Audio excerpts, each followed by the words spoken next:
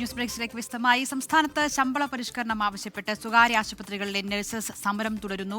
സംസ്ഥാനത്ത് 23 സ്വകാര്യ ആശുപത്രികളിലെ നഴ്സുമാരാണ് സർക്കാർ നിശ്ചയിച്ച അടിസ്ഥാന ശമ്പളം ആവശ്യപ്പെട്ട് സമരം ചെയ്യുന്നത്. അനീഷ് ദേവസ്യ കോഴിക്കോട് നിന്ന് വിവരങ്ങളുമായി ചേരുകയാണ്. അനീഷ്, ഈ സമരം ഇന്നലെ തൊട്ട് അനിശ്ചിതകാല സമരം തുടങ്ങിയിരിക്കുകയാണ്. തിങ്കളാഴ്ച ഒരു മീറ്റിംഗ് വിളിച്ചിട്ടുണ്ട് മാനേജ്മെന്റിന്റെയും UNOയുടെയും.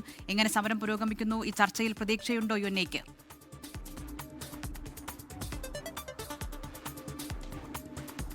ദില്ല, ഗുഡ് മോർണിംഗ്. ഈ സംസ്ഥാനത്ത് സ്വകാര്യ ആശുപത്രിയിലെ നഴ്സുമാർ ശമ്പള പരിഷ്കരണം ആവശ്യപ്പെട്ടുകൊണ്ട് സമരം വീണ്ടും ആരംഭിച്ചിരിക്കുകയാണ്. ഇന്നലെ 23 ആശുപത്രിയിലെ നഴ്സുമാരാണ് സമരവുമായി വീണ്ടും രംഗത്തെത്തിയിരിക്കുന്നത്. ഇന്നലെ കോഴിക്കോട് മാനാഞ്ചിറയിൽ അനിശ്ചിതകാല സമരം നഴ്സുമാർ ആരംഭിച്ചിരിക്കുകയാണ്. അതായത് ഈ പ്രൈവറ്റ് ഹോസ്പിറ്റലിലെ മാനേജ്മെന്റും അതുപോലെ നഴ്സിംഗ് അസോസിയേഷന്റെ സംഘടനമായ UNOയും തമ്മിൽ ഒരു ചർച്ച നടത്തിയിരുന്നു.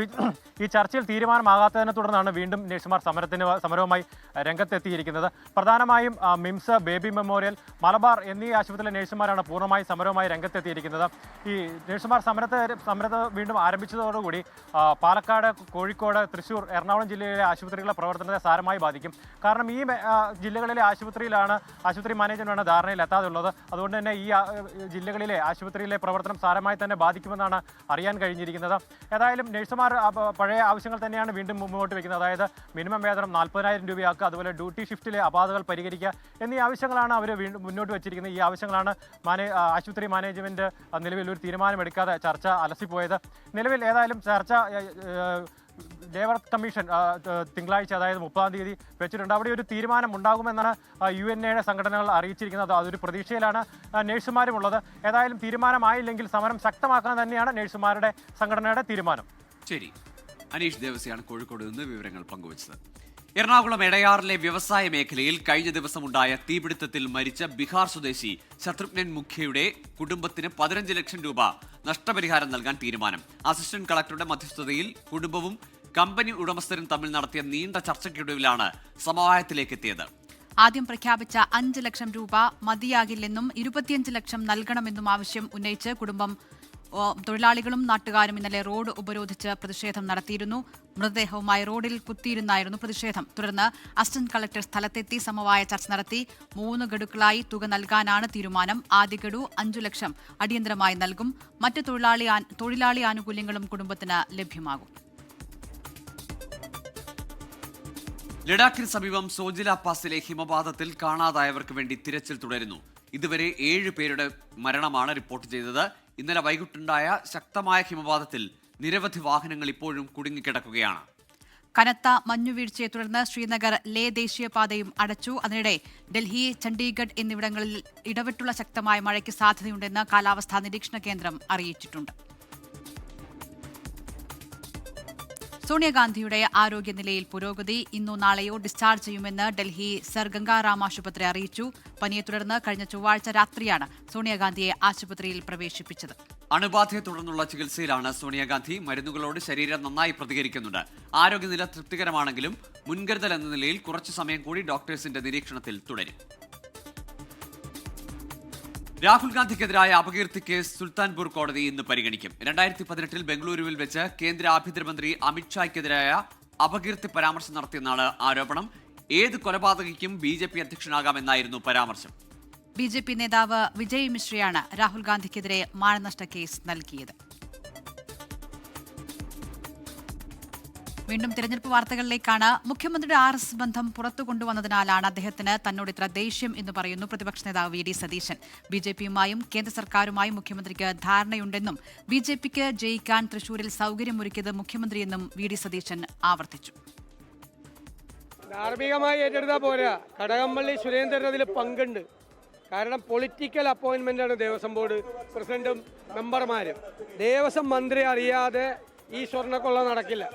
സ്വർണ്ണക്കൊള്ള നടന്നു. എന്നിട്ട് അവിടെ കൊടിമരത്തിന്റെ കാര്യത്തിൽ UDF നേതാക്കന്മാരെ പ്രതിയാക്കാൻ നോക്കി. ഇതിന് പകരം അത് വിജിലൻസ് തള്ളി. കോൺഗ്രസ് ഒന്നും ഇതിൻ്റെ അകത്തില്ല. കട്ടത് മുഴുവൻ CPM-കാര്. കട്ട ആളിപ്പോഴും ജില്ലാ കമ്മിറ്റി മെമ്പറായിരിക്കുകയാണ്. ഒരു നടപടിയും പാർട്ടി എടുത്തിട്ടില്ല. അവർക്കെതിരെ നടപടിയെടുത്താൽ അവര് ഈ മന്ത്രിമാരുടെ പേര് പറയുമെന്നുള്ള പേടിയാണ് മുൻ മന്ത്രിയുടെ, ഇപ്പോഴത്തെ മന്ത്രിയുടെ. കേരളത്തിലെ ജനങ്ങളിലെ എല്ലാ വിഭാഗം ജനങ്ങളും, ഹിന്ദുക്കൾ മാത്രമല്ല, അവരെല്ലാം ഷോക്കാണ്. വേറൊരു കാര്യം, ഈ മുഖ്യമന്ത്രി എപ്പോഴും വാർത്താ സമ്മേളനം നടത്തുമ്പോൾ വി.ഡി. സതീശൻ എന്ന് പറയുന്ന പ്രതിപക്ഷ നേതാവിനെയാണ് ഉന്നം വെക്കുന്നത്. കാരണം അങ്ങയുടെ RSS ബന്ധം തുറന്നു കാട്ടാൻ ശ്രമിക്കുന്നു. മറ്റൊരു കോൺഗ്രസ് നേതാവിനെതിരെയും ഒരു ആരോപണം അദ്ദേഹം ഉന്നയിക്കുന്നില്ല. അദ്ദേഹത്തിന് അറിയാം RSSും അദ്ദേഹവും തമ്മിലുള്ള അവിശുദ്ധ ബാന്ധവം പുറത്തു കൊണ്ടുവന്ന ഞാനാണ്. അതിന്റെ ദേഷ്യം തീർക്കുക. എന്നെ RSS ആക്കാൻ പറ്റില്ല. ഞാൻ RSS പിന്തുണയോടുകൂടിയല്ല നിയമസഭയിൽ വന്നത്. പിണറായി വിജയൻ RSS പിന്തുണയോടുകൂടിയാണ് നിയമസഭയിൽ ജയിച്ചു വന്നത്. പിണറായി വിജയനാണ് മസ്കറ്റ് ഹോട്ടലിൽ അടച്ചിട്ട മുറിയിൽ വെച്ച് RSS നേതാക്കളുമായി ചർച്ച ചെയ്തത്, വി.ഡി. സതീശനല്ല. മനസ്സിലായില്ലേ? RSSനെ ജയിക്കാൻ വേണ്ടിയിട്ട്, BJPക്ക് ജയിക്കാൻ വേണ്ടി തൃശ്ശൂരിൽ സൗകര്യം ചെയ്തു കൊടുത്തത് വി.ഡി. സതീശനല്ല, പിണറായി വിജയനാണ്. RSS നേതാവ് ഹൊസബലയുമായിട്ട് സംസാരിക്കാൻ ADGPയെ വിട്ടത് പിണറായി വിജയനാണ്, വി.ഡി. സതീശനല്ല. വി.ഡി. സതീശൻ മുഖ്യമന്ത്രിയാകുമെന്നുള്ളൊരു ഭയം പിണറായി വിജയനുണ്ടോ? അതൊന്നുമല്ല. അദ്ദേഹത്തിന്റെ കള്ളത്തരങ്ങളും അഴിമതിയും എല്ലാം തുറന്നു കാട്ടിയതിനാണ്. അദ്ദേഹം കേന്ദ്ര ഗവൺമെന്റുമായി ധാരണയിലാണ്, BJPയുമായി. എന്താ കാര്യം? അദ്ദേഹത്തിനെതിരായി നിരവധി കേസുകളുണ്ട്. അദ്ദേഹം രാഹുൽ ഗാന്ധിയെ മോശക്കാരനായിട്ട് പറയുന്നു. BJPയുടെ ഗുഡ് ബുക്കിൽ കയറാൻ വേണ്ടിയിട്ടാണ്, BJPക്കാരുടെ മുമ്പിൽ മിടുക്കനാകാൻ വേണ്ടിയിട്ടാണ് രാഹുൽ ഗാന്ധിയെ മോശമായി അധിക്ഷേപിച്ച് പിണറായി വിജയൻ സംസാരിക്കുന്നത്. ഇടുക്കി മണ്ഡലത്തിൽ ഇത്തവണ തീപാറും പോരാട്ടമാണ്. കാൽ നൂറ്റാണ്ട് ഉള്ളംകൈയിൽ സംരക്ഷിച്ച ജനം ഇത്തവണയും കൈവിടില്ലെന്നാണ് LDF സ്ഥാനാർത്ഥി റോഷി അഗസ്റ്റിന്റെ വിശ്വാസം. ഒരു തിരഞ്ഞെടുപ്പും അനായാസമല്ലെന്നും എന്നാൽ ഇടുക്കിയിൽ രണ്ടില തന്നെ തളിർത്തു നിൽക്കുമെന്നും റോഷി അഗസ്റ്റിൻ പറയുന്നു. ഇടുക്കിയിലെ LDF സ്ഥാനാർത്ഥി റോഷി അഗസ്റ്റിന്റെ പഞ്ചായത്തുകളിലൂടെയുള്ള പര്യടനം തുടരുകയാണ്. ഇതിപ്പോൾ 6ാം തവണയാണ് വോട്ട് തേടി റോഷി അഗസ്റ്റിൻ ഇങ്ങനെ യാത്ര ചെയ്യുന്നത്. എന്താണ് പുതിയ അനുഭവം? വളരെ സന്തോഷം. മുൻകാലങ്ങളിലുള്ളതിനേക്കാൾ എത്രയോ സന്തോഷകരമായ കാര്യമാണ് നമ്മൾ കാണുന്നത്. വഴിപക്കത്തും പാതിവാരങ്ങളിലെല്ലാം ഉള്ള ആൾക്കാർ, ഓരോ ജംഗ്ഷനിലും സ്വീകരണ സ്ഥലത്ത് എത്തിച്ചേരുന്നവർ, അവരുടെ എല്ലാം മുഖത്തുള്ള സന്തോഷം വളരെ അഭിമാനകരമായ ഒന്നായിട്ട് എനിക്ക് തോന്നുന്നു. ഓരോ ഘട്ടം ചെല്ലും തോറും ഈ നാടിന്റെ വളർച്ചയിൽ പങ്കാളിയാകാൻ അവസരം കിട്ടി. ഈ കഴിഞ്ഞ 5 തവണയും ഏകപക്ഷീയമായിട്ടുള്ളൊരു വിജയമായിരുന്നു ഇടുക്കിയിലുണ്ടായിരുന്നു. ഇത്തവണ അങ്ങനെയാണോ? മത്സരം കുടിച്ച് കടുത്തിട്ടില്ല. കാരണം എതിർ UDFിലെ കൈപ്പത്തി ചിഹ്നത്തിലാണ് സ്ഥാനാർത്ഥി. അതൊരു തിരിച്ചടിയാവോ? കാൽ നൂറ്റാണ്ട് 25 വർഷം എന്നെ ഉള്ളംകൈയിൽ സംരക്ഷിച്ചവരാണ് ഇടുക്കിയിലെ ജനങ്ങൾ. ആ വികാരത്തോടൊപ്പം ചേർന്ന് നിന്നുകൊണ്ടാണ് ഞാൻ ഈ തെരഞ്ഞെടുപ്പിൽ മത്സരിക്കുന്നത്. അവരുടെ ഹൃദയമിടിപ്പ് എനിക്കറിയാം. ആ ഹൃദയമിടിപ്പ് എന്നോടൊപ്പം ചേർന്ന് നിൽക്കുമ്പോൾ ഇടുക്കിയുടെ ഹൃദയവികാരമായി ഞങ്ങൾ അതിനെ മാറ്റി തുടരും. ഈ വികസന പാതയിൽ മുന്നോട്ട് പോകാൻ ഈ നാട് എനിക്ക് അംഗീകാരം നൽകും. രണ്ടലയിലാണ് 5 വർഷവും വോട്ട് ചെയ്തത്. 5 തവണയും വോട്ട് ചെയ്തത്. രണ്ടില മോശമാണോ? മാണിസാറിന്റെ ചിഹ്നമായ രണ്ടില തളിരില്ല. അത് ഈ ഇടുക്കിയുടെ മണ്ണിൽ തളിരിട്ട് നിൽക്കുക എന്നുള്ളതാണ് ഈ തെരഞ്ഞെടുപ്പിന്റെ പ്രത്യേകത.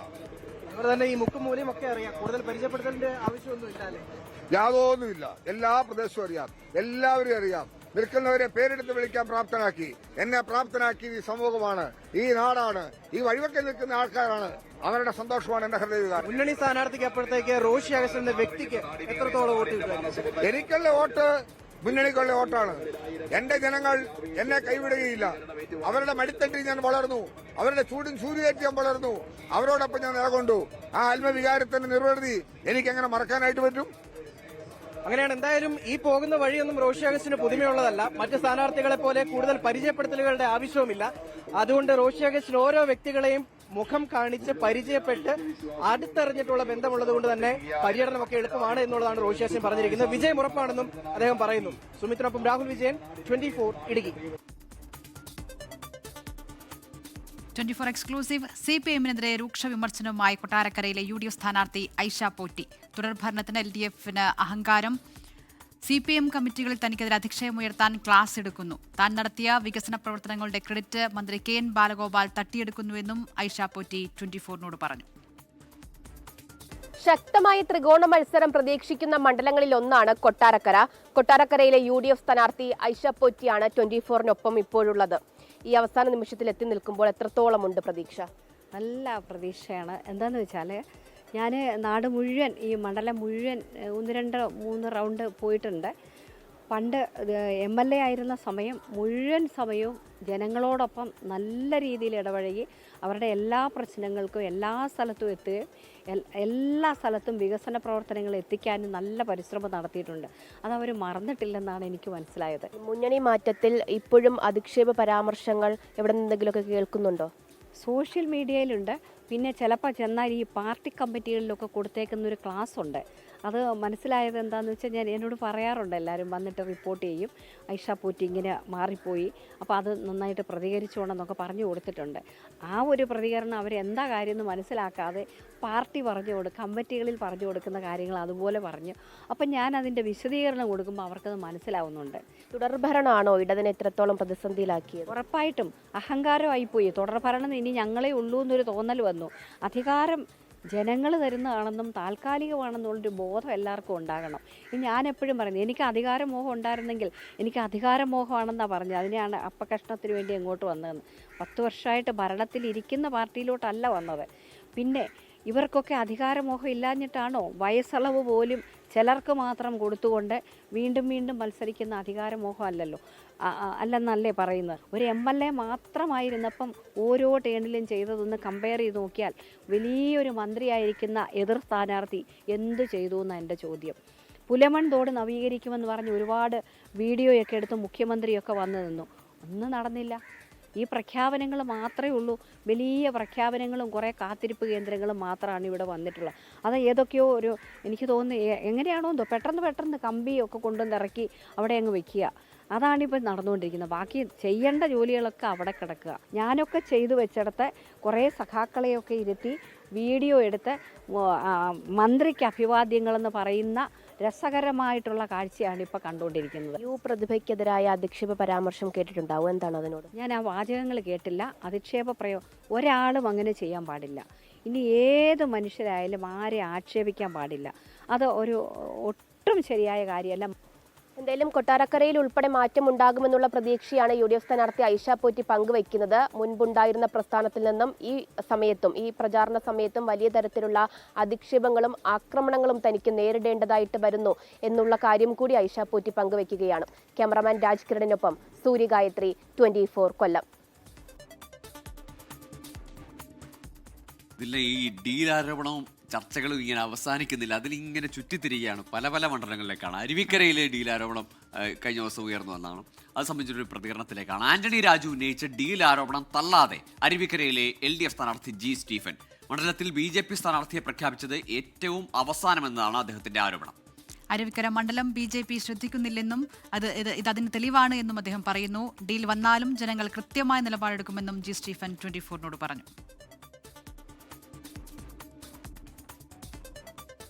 അരുവിക്കര LDF സ്ഥാനാർത്ഥി G. സ്റ്റീഫനാണ് നമ്മോടൊപ്പം ചേരുന്നത്. കഴിഞ്ഞ ദിവസം LDFിന്റെ ഭാഗമായി നിന്ന മുൻ മന്ത്രി കൂടിയായ ആന്റണി രാജു ഒരു ആരോപണം ഉന്നയിച്ചിരുന്നു. പ്രത്യേകിച്ച് ഇവിടെ അരുവിക്കര മണ്ഡലത്തിൽ UDF BJP ഡീലാണ് എന്നുള്ള ആരോപണം. എന്തായാലും അത്തരമൊരു ആരോപണം അല്ലെങ്കിൽ അത്തരമൊരു ഒരു കാൽക്കുലേഷൻ ഇവിടെ സ്ഥാനാർത്ഥി എന്ന നിലയിൽ താങ്കളുടെ മുന്നിലുണ്ട്. ഇവിടെ ആദ്യമായി യൂത്ത് കോൺഗ്രസിൻ്റെ സംസ്ഥാന വൈസ് പ്രസിഡന്റായിരുന്ന നുസൂർ അദ്ദേഹമാണ് തിരുവനന്തപുരം ജില്ലയിലൊരു ഡീല് കോൺഗ്രസും BJP ആയിട്ട് ഉറപ്പിച്ചിട്ടുണ്ടെന്ന് ആദ്യം പറയുന്നത്. അതിൽ 3 മണ്ഡലമാണ് കണക്ട് ചെയ്ത് പറഞ്ഞിട്ടുള്ളത്. 1 നേമം, 2 വട്ടിയൂർക്കാവ്, 3 അരുവിക്കര. അത് ശരിയാണോ ഇല്ലേ എന്ന് തെരഞ്ഞെടുപ്പ് കഴിഞ്ഞാൽ മാത്രമേ ചിത്രം വ്യക്തമാവൂ. പക്ഷേ അരുവിക്കരയെ സംബന്ധിച്ചിടത്തോളം കഴിഞ്ഞ പ്രാവശ്യം BJPയുടെ വോട്ട് കുറഞ്ഞു. BJPയുടെ സംസ്ഥാന സെക്രട്ടറി ആയിരുന്ന ശിവൻകുട്ടിയാണ് കഴിഞ്ഞ പ്രാവശ്യം മത്സരിച്ചത്. അദ്ദേഹത്തിന് 15,000 വോട്ട് മാത്രമേ കഴിഞ്ഞ പ്രാവശ്യം നേടാൻ കഴിഞ്ഞുള്ളൂ. 15,000 രാഷ്ട്രീയ വോട്ടേ BJPക്ക് ഒന്നുള്ളൂ എന്ന് ഞങ്ങൾ കരുതുന്നില്ല. ഇപ്രാവശ്യം തിരുവനന്തപുരം ജില്ലയിൽ ഏറ്റവും അവസാനം BJPയുടെ സ്ഥാനാർത്ഥിയെ പ്രഖ്യാപിച്ച സ്ഥലം, അത് നോമിനേഷൻ്റെ ലാസ്റ്റ് ഡേറ്റിൻ്റെ തലേദിവസമാണ് അവർ പ്രഖ്യാപിച്ചത്. അപ്പോൾ അത് തന്നെ തെളിവാകുന്നത് ഈ മണ്ഡലം BJP ശ്രദ്ധിക്കുന്നില്ല, അവരുടെ പൊളിറ്റിക്കൽ വോട്ടുകളെല്ലാം സമാഹരിക്കാൻ വേണ്ടിയുള്ള നീക്കം അവർ നടത്തുന്നില്ല എന്നുള്ള നിലയിലുള്ള പ്രതികരണങ്ങളാണ് പൊതുജനങ്ങളുടെ ഭാഗത്തുനിന്നും വോട്ടർമാരുടെ ഭാഗത്തുനിന്നും വിവിധ രാഷ്ട്രീയ പാർട്ടിയുടെ പ്രവർത്തകരുടെ ഭാഗത്തുനിന്നും ഉണ്ടായിക്കൊണ്ടിരിക്കുന്നത്.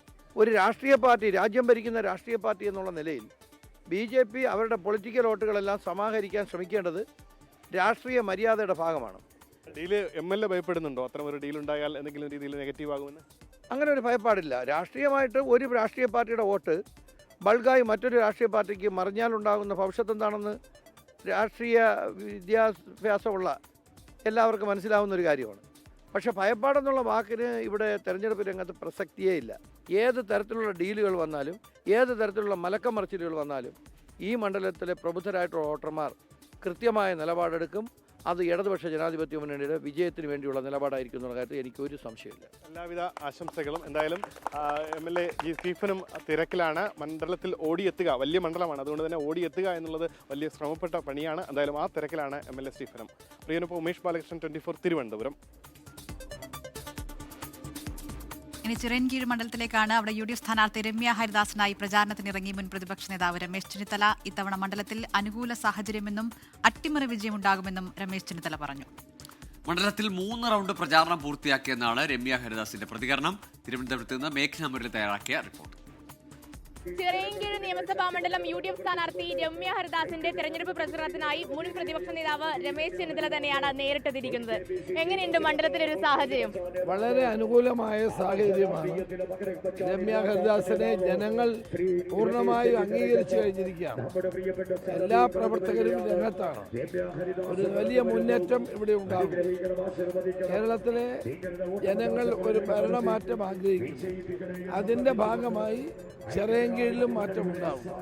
വിജയം ഉറപ്പാണ്. അക്കാര്യത്തിൽ ഒരു സംശയവും ഞങ്ങൾക്കില്ല. എപ്പോഴും രമ്യ ഹരിദാസിന് പാർട്ടി കൊടുക്കുന്ന ഉത്തരവാദിത്തം അത് ഇടത് ചായ്വുള്ള മണ്ഡലങ്ങളിൽ ഒരു വിള്ളൽ വരുത്തുക എന്നുള്ളതാണ്. അത് ഇത്തവണയും നിറവേറ്റും. ഉറപ്പായിട്ടും. ആദ്യം കൊടുത്തത് ആലത്തൂരാണ്. ഇടതുപക്ഷം ജയിച്ചുകൊണ്ടിരുന്ന മണ്ഡലമാണ്. അത് രമ്യ അടിച്ചു പിടിച്ചാണ് ആലത്തൂര്. അതുപോലെ ചിറയൻകീഴും അടിച്ചു പിടിക്കും, സംശയവുമില്ല കാര്യത്തിൽ. ഒരു മാറ്റം ഉണ്ടാകും. ഉണ്ടാവും. അതുപോലെ മാറ്റത്തിന് നേതൃത്വം കൊടുക്കാൻ കഴിയുന്ന ആളാണ്. അതുപോലെ സംസ്ഥാനത്തുടനീളം UDF പറയുന്നത് BJP അതുപോലെ തന്നെ LDF ഡീലുണ്ട് എന്നുള്ളതാണ്. അത് ഏതെങ്കിലും തരത്തിൽ വ്യക്തമായ കണക്കുകളോടെ പറയാൻ വേണ്ടിയിട്ട് പറ്റുന്നുണ്ടോ പ്രതിപക്ഷത്തിന്? തീർച്ചയായിട്ടും ഞങ്ങൾക്ക് വ്യക്തമായ ധാരണയുണ്ട്. കോൺഗ്രസിനെ പരാജയപ്പെടുത്തുക, UDFനെ പരാജയപ്പെടുത്തുക, രണ്ടുപേരുടെ ലക്ഷ്യം അതാണ്. അതുകൊണ്ടാണ് 2020 22 സീറ്റ്, രണ്ടുപേരുടെ നോമിനേഷൻ ഇല്ലായിരുന്നു. അപ്പൊ 19ആയി. അതോടൊപ്പം തന്നെ BJDSന്റെ സീറ്റ്, ഇതൊക്കെ ആരാധന പോലും അറിയില്ല. ഇതെല്ലാം വോട്ട് മറിച്ചു കൊടുക്കാനുള്ള പരിപാടിയാണ്. ഇന്ന് കടകംപള്ളി സുരേന്ദ്രൻ പറഞ്ഞത് ശബരിമല സ്വർണ്ണക്കൊള്ളയിൽ മന്ത്രി എന്ന നിലയിൽ ധാർമ്മിക ഉത്തരവാദിത്വം ഉണ്ട് എന്നുള്ളതാണ്. ധാർമ്മിക ഉത്തരവാദിത്വം ഉണ്ടെങ്കിൽ അദ്ദേഹം ഈ തെരഞ്ഞെടുപ്പിൽ മത്സരിക്കാതെ മാറി നിൽക്കുകയാണ്. ശബരിമലയിലെ സ്വർണം മുഴുവൻ അടിച്ചു മാറ്റിയ കൊള്ളക്കാർക്ക് സംരക്ഷണം കൊടുക്കുന്ന ആളാണ് അദ്ദേഹം. അദ്ദേഹത്തെ ജനങ്ങൾ ഒരു പാഠം പഠിപ്പിക്കും. അയ്യപ്പ ഭക്തന്മാർ മാപ്പ് നൽകില്ല. ഇത്തവണയും ശബരിമല സ്വർണ്ണക്കൊള്ള സജീവ വിഷയമായിരിക്കും തെരഞ്ഞെടുപ്പിൽ. അങ്ങനെ തന്നെയാണ്. അതുപോലെ തന്നെ രമ്യ ഹരിദാസും തകൃതിയായിട്ടുള്ള തെരഞ്ഞെടുപ്പ് പ്രചരണത്തിലാണ്. എങ്ങനെയുണ്ട് മണ്ഡലത്തിലെ ഒരു സാഹചര്യം? വളരെ ആവേശത്തോട് കൂടിയിട്ടുള്ള ഒരു ടീം UDF വളരെ സിസ്റ്റമാറ്റിക് ആയിട്ടുള്ള തെരഞ്ഞെടുപ്പ് പ്രവർത്തനവുമായിട്ടാണ് മുന്നോട്ട് പോകുന്നത്. ഉറപ്പായിട്ടും പറയാൻ സാധിക്കും ചിറയൻകീഴ് ഇത്തവണ UDFനൊപ്പം ഒരു റൗണ്ട് ഓടിയെത്തിയോ? 3 തവണ റൗണ്ട് പൂർത്തിയായി. വ്യക്തികള്, സ്ഥാപനങ്ങള്, അതേപോലെ തന്നെ തൊഴിലുറപ്പ് തൊഴിലാളികളുള്ള ഇടം, അങ്ങനെയുള്ള സ്ഥാപനങ്ങള്, അങ്ങനെയുള്ള ആളുകളുടെ ഒക്കെ ആയിട്ട് 3 ഘട്ടങ്ങളിലായിട്ട് പഞ്ചായത്ത് തലത്തിലുള്ള പര്യടനം പൂർത്തിയായി. ഇനി വാഹന പര്യടനത്തിലേക്ക് കടക്കുകയാണ് 29-ആം തീയതി. പല സ്ഥലത്തും ഡീൽ ആരോപണമൊക്കെ പറയുന്നുണ്ട്. ഇവിടെ സമാധാനപരമാണോ ഈ മണ്ഡലത്തിൽ? ഞാനിപ്പോ സാർ അതിനെ കുറിച്ച് സൂചിപ്പിച്ചല്ലോ. കാരണം കോൺഗ്രസിനെ ടാർഗറ്റ് ചെയ്യുന്നതാണ് ഒരു പൊതുവെ പലപ്പോഴും. പക്ഷെ കോൺഗ്രസ് വരണമെന്ന്, UDF വരണമെന്ന് ജനങ്ങൾ ആഗ്രഹിക്കുകയാണ്. കാരണം ജനങ്ങൾ വന്നു കഴിഞ്ഞാൽ ആ പെൻഷന്റെ പദ്ധതികൾ, അതേപോലെ തന്നെ ഇപ്പോൾ പ്രഖ്യാപിച്ചിരിക്കുന്ന KSRTC ബസ്സിലെ ഫ്രീ ആയിട്ട് യാത്ര ചെയ്യാൻ സാധിക്കുന്നതൊക്കെ അവര് ആഗ്രഹിക്കുകയാണ്, കാത്തിരിക്കുക. അതുകൊണ്ട് ഇത്തവണ UDFനൊപ്പം നിൽക്കാൻ ജനങ്ങൾ ആഗ്രഹിക്കുകയാണ്. ശരി, ഓൾ ദ ബെസ്റ്റ്. എന്തായാലും ചിറയൻകീഴ് നിയമസഭാ മണ്ഡലത്തിൽ പ്രചരണം തകൃതിയായി നടക്കുന്നു. രമേശ് ചെന്നിത്തല അടക്കം എത്തിയാണ് പ്രചരണം നയിക്കുന്നത്. റോഡ് ഷോ നടക്കുന്നത്. ഒരു വിജയം ഉറപ്പ് എന്നുള്ളതാണ് രമ്യ ഹരിദാസ് പറയുന്നത്. ക്യാമറമാൻ അഭിജിത്തിനൊപ്പം മേഘ്ന മുരളി, 24 തിരുവനന്തപുരം. തിരഞ്ഞെടുപ്പ് പ്രചാരണം ഇങ്ങനെ കാലം ആവുന്നതോറും നവമാധ്യമങ്ങളിലും അങ്ങനെ പുതിയ പുതിയ രീതികളിലേക്ക് മാറുന്നുണ്ട്. തിരഞ്ഞെടുപ്പ് പ്രചാരണത്തിന്റെ പഴയ കാലം ഓർമ്മിപ്പിച്ച് മതിലുകളിൽ എഴുതിയുള്ള തിരഞ്ഞെടുപ്പ് പ്രചാരണവും ഉണ്ട്. ആ ഓർമ്മകളിലേക്ക് പോകുന്ന സ്ഥലങ്ങളുമുണ്ട്. ഇപ്പോഴും കോഴിക്കോട് ബാലുശ്ശേരിയിലാണ് വിവിധ സ്ഥാനാർത്ഥികളുടെ പേരും ചിഹ്നവും ആകർഷകമായ രീതിയിൽ ചുവരെഴുതി വരയ്ക്കുന്നത്.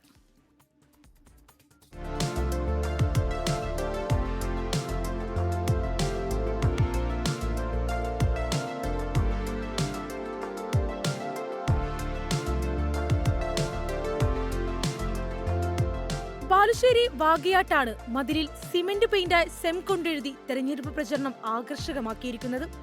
ബാലുശ്ശേരി നിയോജക മണ്ഡലം LDF സ്ഥാനാർത്ഥി KM സച്ചിൻ ദേവിനു വേണ്ടിയാണ് പ്രവർത്തകർ മതിലിൽ പേരെഴുതിയും ചിഹ്നം വരച്ചും പ്രചരണം നടത്തിയിരിക്കുന്നത്. പ്രദേശത്തെ പെയിന്റിംഗ് തൊഴിലാളിയായ MV സദാനന്ദനാണ് ആ പഴയകാല ചുവരെഴുത്ത് നടത്തുന്നത്. പഴയകാലത്ത് ഇതുപോലെ കിളച്ച മതിലുകൾ ഉണ്ടായിരുന്നു, മണ്ണുകൊണ്ട് കളിക്കുന്ന. അപ്പോൾ ഇത്തരം ചുമരുകൾ വേറെ എവിടെയില്ല. നമ്മളെ പഞ്ചായത്ത് തന്നെ ഇല്ല, നിയോജക മണ്ഡലത്തിൽ തന്നെ ഇങ്ങനെ ചുമരുണ്ട് തോന്നുന്നില്ല. അതാണ് ഞാൻ ഈ ചുമര് തിരഞ്ഞെടുത്ത് എഴുതാൻ തയ്യാറായത്. മുമ്പ് ഞങ്ങൾ എഴുതി ശീലമുള്ള ആളുകളാണ്. പണ്ട് ചാക്ക് ബോർഡായിരുന്നു, പിന്നെ അതിന് ശേഷമാണ് തുണിൻ്റെ ബോർഡ് വന്നത്. ഈ ഫ്ലെക്സ് വന്നതിന് ശേഷം ഇതൊക്കെ നഷ്ടപ്പെട്ടു പോയി. അപ്പോൾ അതുകൊണ്ടാണ് ഒരു പുതിയ രീതി അവലംബിച്ചത്. പുതിയ ടെക്നോളജിയും പേപ്പറും ഫ്ലെക്സും ഒക്കെ തെരഞ്ഞെടുപ്പിൽ ചുവട് പിടിക്കുമ്പോൾ പഴയകാല ചുവരെഴുത്തെന്നും പ്രൗഢിയോടെ തലയുയർത്തി നിൽക്കുമെന്നാണ് സദാനന്ദനും പറയുന്നത്. 24 കോഴിക്കോട്. ഇനി ഒരു പെൺപോര് നടക്കുന്ന മണ്ഡലത്തിലേക്കാണ്. പാലക്കാട് കോങ്ങാട് നിയോജക മണ്ഡലത്തിലെ കുറി പെൺകരുത്തിന്റെ പോരാട്ടമാണ്. കേരളത്തിൽ 3 മുന്നണികളുടെയും വനിതാ സ്ഥാനാർത്ഥികൾ മത്സരിക്കുന്ന ഏക മണ്ഡലമാണ് കോങ്ങാട്. വലിയ വിജയപ്രതീക്ഷയിലാണ് 3 വനിതാ സ്ഥാനാർത്ഥികളും. 2008 മണ്ഡല രൂപീകരണ ശേഷം എന്നും ഇടതുപക്ഷ സ്ഥാനാർത്ഥികളാണ് കോങ്ങാട് വിജയക്കൊടി പാറിച്ചിട്ടുള്ളത്. മണ്ഡലത്തിൽ നടപ്പാക്കിയ വികസനങ്ങൾ പറഞ്ഞാണ് സിറ്റിംഗ് MLA K ശാന്തകുമാരി തിരഞ്ഞെടുപ്പ് കളത്തിൽ വോട്ട് തേടി ഇറങ്ങിയിരിക്കുന്നത്. കഴിഞ്ഞ 5 വർഷക്കാലം ഇവിടുത്തെ സിറ്റിംഗ് MLA എന്ന നിലയിൽ നമ്മൾ ചെയ്തിട്ടുള്ള ഒട്ടേറെ വികസന പദ്ധതികളുണ്ട്. അപ്പോൾ അതെല്ലാം ജനങ്ങൾക്കിടയിൽ വലിയ രൂപത്തിൽ പ്രചരണം വന്നിട്ടുണ്ട്. അപ്പോൾ അതിൻ്റെയൊക്കെ അടിസ്ഥാനത്തിൽ വീണ്ടും കോങ്ങാട് മണ്ഡലം വളരെ നല്ല രീതിയിലുള്ള ഭൂരിപക്ഷത്തോടുകൂടി നമ്മൾ വിജയിക്കുമെന്ന് തന്നെയാണ് ശുഭപ്രതീക്ഷയാണുള്ളത്. മുസ്ലിം ലീഗിൽ നിന്ന് കോൺഗ്രസ് തിരഞ്ഞെടുത്ത സീറ്റിൽ KPCC ജനറൽ സെക്രട്ടറിയും Palakkad MP VK ശ്രീകണ്ഠന്റെ ഭാര്യയുമായ K തുളസിയാണ് UDF സ്ഥാനാർത്ഥി. പിന്നെ കഴിഞ്ഞ 10 വർഷക്കാലത്തെ ഇടതുമുന്നണി സർക്കാരിന്റെ ജനദ്രോഹ നയങ്ങൾ കൊണ്ട് പൊറുതി മുട്ടിയ വോട്ടർമാരാണ് വോട്ട് ചെയ്യാൻ കാത്തിരിക്കുന്നത്. സർക്കാരിന്റെ ജനദ്രോഹ നയങ്ങൾക്കെതിരായിട്ടുള്ള ഒരു വിധിയെഴുത്ത് ഈ തെരഞ്ഞെടുപ്പിൽ ഉണ്ടാകും എന്നുള്ളതാണ് ഞങ്ങളുടെ ഏറ്റവും വലിയ ആത്മവിശ്വാസം. BJP സംസ്ഥാന സെക്രട്ടറി രേണു സുരേഷാണ് NDA സ്ഥാനാർത്ഥി. ഒട്ടുമിക്കവാറും പഞ്ചായത്തുകളിൽ നമ്മുടെ പര്യടനം പൂർത്തിയായി. നമ്മൾ അവിടെയൊക്കെ ചെല്ലുമ്പോൾ ആളുകൾക്ക് നല്ല റെസ്പോൺസാണ്. അതായത് കേന്ദ്ര സർക്കാരിൻ്റെ വികസനം നേരിട്ട് ആൾക്കാർ കണ്ടുകൊണ്ടിരിക്കുകയാണ്. അപ്പോൾ അതുകൊണ്ട് തന്നെ BJP അധികാരത്തിൽ വന്നാൽ തീർച്ചയായിട്ടും ഒരു മാറ്റമുണ്ടാവും, വികസനം വരുമെന്ന ആളുകൾക്ക് ഉറച്ച വിശ്വാസമുണ്ട്. സംവരണ മണ്ഡലമായ കോങ്ങാട് ഇത്തവണ LDFനൊപ്പം പാറ പോലെ ഉറച്ചു നിൽക്കുമോ അതോ UDFോ NDAയോ ചരിത്രം തിരുത്തിക്കുറിക്കുമോ എന്ന് കാത്തിരിക്കുകയാണ് വോട്ടർമാർ. ഷാരിഖ് നവാസ്, 24 പാലക്കാട്. മറ്റു വാർത്തകളിലേക്ക് കൂടി പോവുകയാണ്. ടെലിവിഷൻ റേറ്റിംഗിൽ കൃത്രിമം തടയാൻ പുതിയ പരിഷ്കാരങ്ങളുമായി കേന്ദ്ര സർക്കാർ. ലാൻഡിംഗ് പേജ് വഴിയുള്ള വ്യൂവർഷിപ്പ് ഇനി മുതൽ റേറ്റിംഗിൽ കണക്കാക്കില്ല. റേറ്റിംഗ് ഏജൻസികൾ തുടങ്ങുന്നതിനുള്ള സാമ്പത്തിക നിബന്ധനകളിലും സർക്കാർ ഇളവ് വരുത്തി. ടെലിവിഷൻ റേറ്റിംഗിലെ സുതാര്യതയും വിശ്വാസ്യതയും ഉറപ്പുവരുത്താനാണ് കേന്ദ്ര വാർത്താവിതരണ മന്ത്രാലയത്തിന്റെ നടപടി. ലാൻഡിംഗ് പേജുകൾ മാർക്കറ്റിംഗ് ടൂൾ മാത്രമായി കേന്ദ്രം പരിമിതപ്പെടുത്തി. ലാൻഡിംഗ് പേജ് വഴിയുള്ള വ്യൂവർഷിപ്പ് ഇനി മുതൽ റേറ്റിംഗിൽ കണക്കാക്കില്ലെന്നും വാർത്താവിതരണ മന്ത്രാലയം അറിയിച്ചു. റേറ്റിംഗിന്റെ വിശ്വാസ്യത കൂട്ടുന്നതിനായി വിവരങ്ങൾ ശേഖരിക്കുന്ന വീടുകളുടെ എണ്ണം കൂട്ടും. മാധ്യമരംഗത്തെ നിക്ഷേപകർക്കും പരസ്യദാതാക്കൾക്കും പ്രേക്ഷകർക്കും തീരുമാനം ഗുണം ചെയ്യുമെന്നും കേന്ദ്രം അറിയിച്ചു. നേരത്തെ മാർക്ക് റേറ്റിംഗിൽ കൃത്രിമം കാണിക്കുന്നതടക്കം ചൂണ്ടിക്കാട്ടി നിരവധി പരാതികളാണ് കേന്ദ്ര സർക്കാരിന് ലഭിച്ചത്. ഇതിനു പുറമെ റേറ്റിംഗ് ഏജൻസികൾ തുടങ്ങുന്നതിനുള്ള സാമ്പത്തിക നിബന്ധനകളിലും കേന്ദ്ര സർക്കാർ മാറ്റം വരുത്തിയിട്ടുണ്ട്. മൊത്തം ആസ്തി 20 കോടി രൂപ വേണമെന്ന നിബന്ധന കേന്ദ്രം 5 കോടിയായി കുറച്ചു. കൂടുതൽ ഏജൻസികൾ രംഗത്ത് വരുന്നതിനും മത്സരം കൂടുതൽ ശക്തമാക്കാനുമാണ് തീരുമാനം. 24 ഡൽഹി. ഇതോടെ ന്യൂസ് ബ്രേക്സ് പൂർണ്ണമാവുകയാണ്.